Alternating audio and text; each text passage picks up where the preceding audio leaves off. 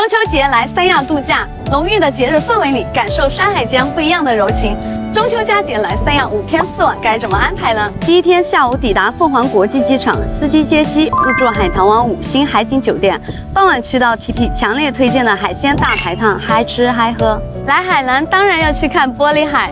第二天安排蜈支洲岛极限玩家，各种海上娱乐，包括深海潜水，让你玩嗨一整天。第3天上午尾波冲浪。下午晚上开一场6小时的游艇派对，夜晚在海上欣赏8月15皎洁的明月。第4天去到亚特兰蒂斯水世界，里面既有惊险的高速滑水，也有适合家庭的温和项目。关键是9月淡季玩项目，通通不用排队。第5天上午玩个天上飞的无动力滑翔伞，在高空看到不一样的海棠湾。行程结束，司机送机返程。海上生明月，天涯共此时，在海边观潮赏月，等你来体验。